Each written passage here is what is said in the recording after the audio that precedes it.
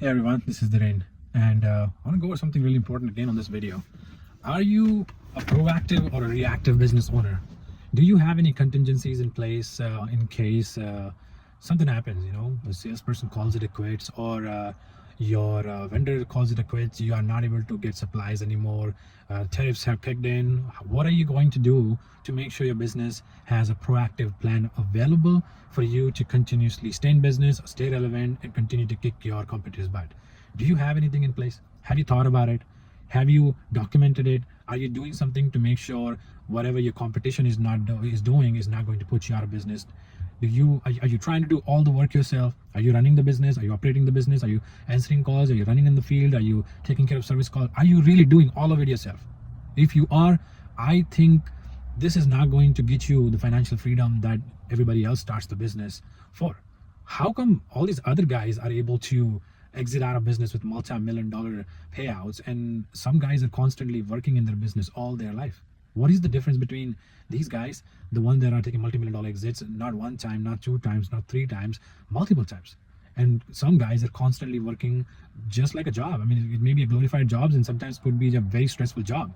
What's the point of doing all this if you can't really buy yourself some time that gives you, some time with your family, or time to read a book, or have a piece of peacefully eat a meal? What's the point of doing all this? We can't really succeed in life. We cannot have peace of mind in our own head. I've been running this show in my business for the last 10 years. I was one of those guys. I used to run every single job myself. Yes, I delegated some stuff, but it was never enough. I always would look at some of my employees as not capable to handle something, and I would just take that task away from their plate and I would do it myself. How am I going to make progress in life if there is going to be a pile of stuff in my plate to take care of? How are you going to do anything like that if you just cannot get out of the rat race of doing everything yourself? You're gonna have to delegate some stuff to your to employees, to the right ones, of course, and believe it or not, I mean, you like it or not, here in America now, you don't have the option to be the small guy or the big businessman. You really don't have the option. You don't have the luxury. I'm sorry. Either you will do all the work yourself and drain yourself to the ground and exit out of your business with nobody to even who's going to come and even try to buy your business. Forget about your kids that are going to even be interested in running your business on your behalf. They're not going to do it. I already know that, because this is what we've been seeing year over year for the past few decades. Kids really are not interested in parents' business. They are not going to run the show for you. They probably are going to get very good jobs at some Fortune 500 company. They will work for a paycheck and they will do that. And you, on the other hand, could have done something better to pass this torch to their kids, to make a better career out of whatever you have created in your business. But what did you do? You decided to run everything yourself. You did not decide to run it as a company. It's evident. Most small businesses die with your demise. They don't go past you. And that is the status all around the world. If you are going to want to make a difference in your kid's life, you're gonna have to start doing something about just having some standard operating procedures in your business, having some contingency plans in your business, have a checklist of stuff that your employees needs to work on every day. Jack Dorsey has a very simple formula that he implemented in his business to grow his company to where he exited out of it. He had days dedicated, Monday, Tuesday, Wednesday, Thursday, Friday, Saturday. He had it 6 days, if I'm not wrong. 6 days a week he had one task assigned to a job, and he would stick to that task, and that was his priority. Of course, in your business or in my business, we may have other things we may be taking care of, but if you're going to keep your task full or your plate full every day of things to do, you really are not going to be able to come out of this rat race and get anything out of the whole running your business from day to day basis. You need to come out of that at some point. You need to delegate that stuff, and when you do delegate to anybody in your team, whether it's a customer service representative, a technician, or a salesperson, or accounts people, they need a document that they are going to use as a checklist that they are going to work on a daily basis. Why should they call you to ask you what action you need to take in situations where a problem arises? Why would you be needing your involvement? Why do they need your involvement to take decision that you already taken in advance? When you did make your SOPs, those SOPs already had in them the steps that you would take if you were there, and those are the exact same steps the employees are going to take care of. You can talk about those things during the meeting when you're collectively addressing everyone. Point those things out. If you remember something that you forgot to add in your SOPs, you take a pause at whatever you're doing and put that on there, and you make sure you address that during a meeting to make sure employees know these are the new SOPs you have implemented in your business. Rome was not built in a day. It took long time, and these SOPs are going to take just as long. But once these SOPs are made, once they're implemented, once you start to actually practice them, this document becomes the living, breathing document in your business, that if one day you decide to sell your business and a private equity wants to come and acquire your business, this is the very exact document they are going to go in very depth of and try to find out that have you addressed everything in your business that is involved, the decision making when a situation arrives in your absence. What is your business going to do? That's SOP. That SOP is going to have everything written in it that you put in there, probably thought about it for months, and you kept modifying it, but that document is going to be the crucial document a private equity is going to look at when they want to buy you out of your business or buy some equity in your business. Remember this is not a small change talk. This is a multi 6, 7 figure, 8 figure exit document, and whatever is written in this document makes every difference in the world where you are going to land after this job is over for you or you're out of it. Everything changes when you have a software. When a software is made, what is the software doing? It is following a SOP. When you click here, when you take this action, this following action proceeds with it. And these softwares make Microsoft, make Google multi-billion dollars. How are they able to get those numbers? Because every problem they sat down, they thought about it, and strategically came up with a solution on how it will be handled for future customers. And contingencies plans came with it. This is how these multi-million dollar companies were able to address every small little problem their customers either have now or they may have it in future, but they addressed it ahead of time. Again, instead of putting out fires, be proactive.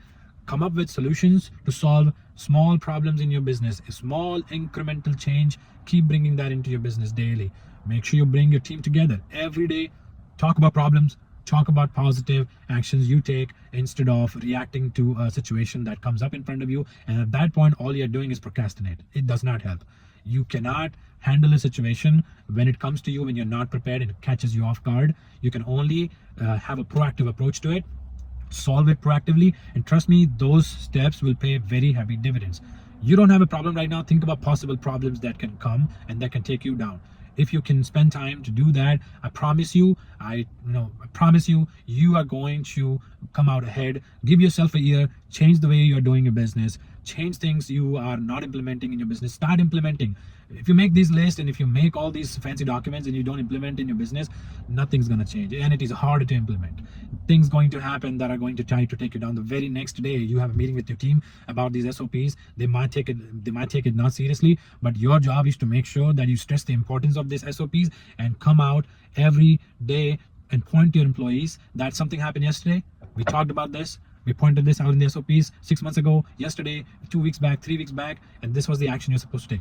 I got a call from one of the team member. They asked me a question that was already addressed before. All that tells me is that you guys are not taking these SOPs seriously. Go through all these SOPs. Next time when you call me, I would like to know that this issue that you are addressing right now was not in the SOP already. And this incremental change, obviously you don't want to get offloaded on your employees for calling a few times in the beginning, because it's going to happen. They're not in a habit of following SOP. They're just working off of whatever comes first, firefighting. But eventually, as you stress the importance of SOPs, they will understand that you are trying to focus on creating a system and not micromanage. They will actually appreciate that at some point, because they don't want to have to talk to you. Sometimes they don't want to talk to you. Why? Because you're an authoritative guy. You're a control freak, and that's okay. Sometimes you have to do that. Sometimes you can let it go. But if they are following the SOP, then you don't need to be involved in those decision making every day, and you can go out there, be more productive in marketing your business, or spending some time with your kids, sitting down, reading a book yourself. That is the most important thing, is to constantly educate yourself. I'm not going to discourage you from watching YouTube videos that are available on YouTube. There is a lot of valuable information out there, and it is pure gold in my opinion. But do not discourage the importance of reading actual books undistractedly. There is a lot of distraction out there. There is a lot of noise out there, and your primary job is to make sure you keep yourself away from distraction. Your progress is going to happen from the things you decide not to do, instead of things you decided to do. Don't pick up the shovel and start digging and working on everything, all of it yourself. Make sure you constantly work on things that makes a significant difference in your business. Marketing, promoting, keep promoting. Use the power of free instead of relying on paid ads.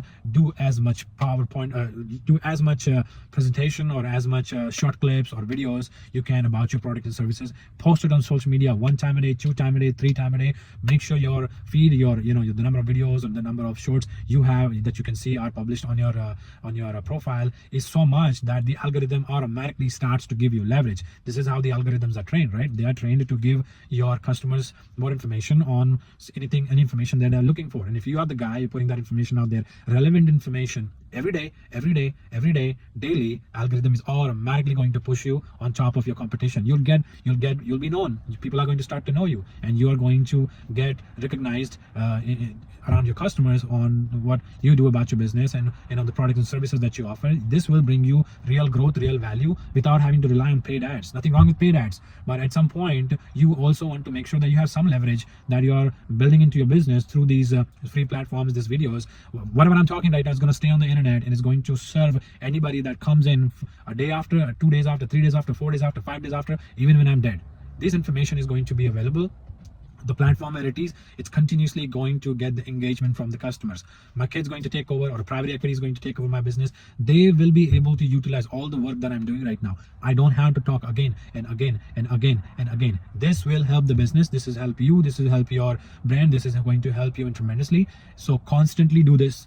Don't have to be a perfect background. I'm sitting in a truck right now, waiting outside my gym, and I'm creating this content. Just before this video, I had a screw up where I shot a video for about 8 minutes, and there was no sound on it. Well, I had to come back and do it. I had to drink my pride, and I had to come back and shoot the video again. I didn't like it, but I need to make sure that I deliver this, and I deliver it to my team so they can upload it on a daily basis consistently. I cannot make excuses. After I'm done with this, I'm gonna go back and I'm gonna finish my workout, go back to my office, and join the meeting. And by that time, this video is going to be ready for my team to upload, start editing, and post it on the social media. A lot of times it sucks, it's not fun, but if you are in the trenches already, you might as well make it fun, because it's not going to get any better. Anyways, I'll catch you in the next video. If you get any value out of this video, please subscribe to our channel, hit the thumbs up, give us some support. It tremendously helps us, and I'll see you guys in the next video. Bye bye.